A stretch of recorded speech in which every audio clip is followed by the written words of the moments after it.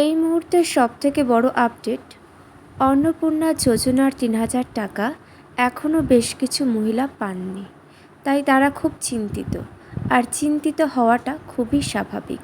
আর তাদের উদ্দেশ্যে একটা কথা, আপনারা চিন্তিত হবেন না, আর কিছুদিনের মধ্যে কিন্তু আপনাদের টাকা অ্যাকাউন্টে চলে যাবে।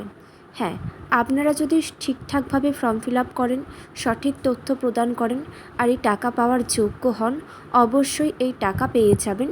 তাই চিন্তার কিছু কারণ নেই। সবাইকে বলছি একটু অপেক্ষা করে যান।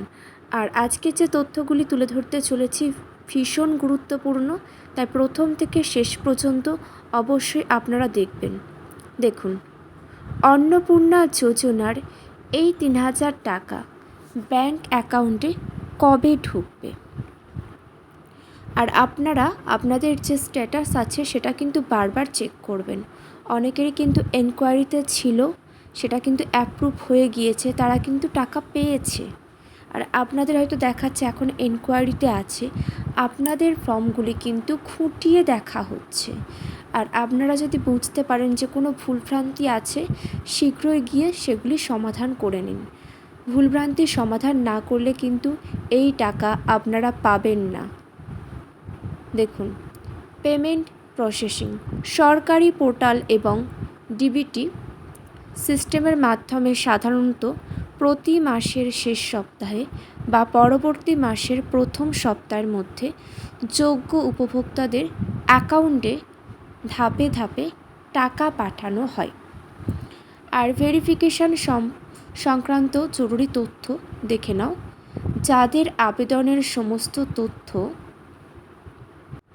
বায়োমেট্রিক, ইকেওয়াইসি ও ব্যাংক এনপিসিআই লিঙ্ক সঠিক ও অনুমোদিত অ্যাপ্রুভড হয়েছে, তাদের অ্যাকাউন্টে প্রাপ্য টাকা চলে গিয়েছে।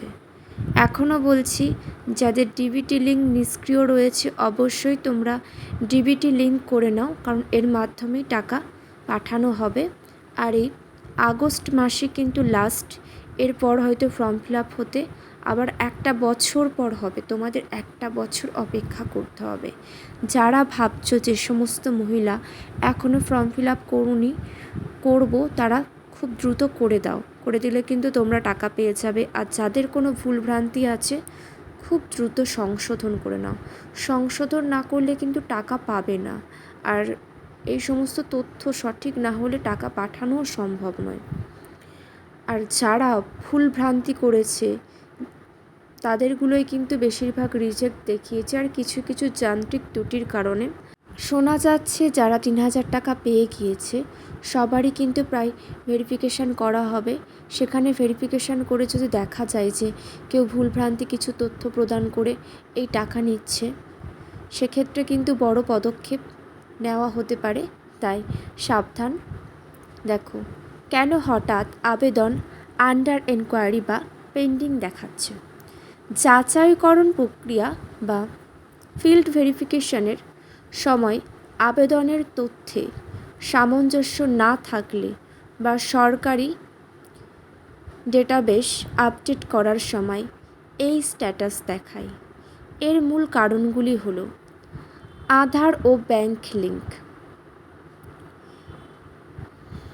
ডিবিটি লিঙ্ক না থাকা, ব্যাংক অ্যাকাউন্টের সাথে আধার কার্ডের লিঙ্ক না থাকা ইত্যাদি বিভিন্ন কারণে কিন্তু বহু মানুষেরই টাকা পেতে সমস্যা হয়েছে, পেমেন্ট ফেলিউর দেখিয়েছে।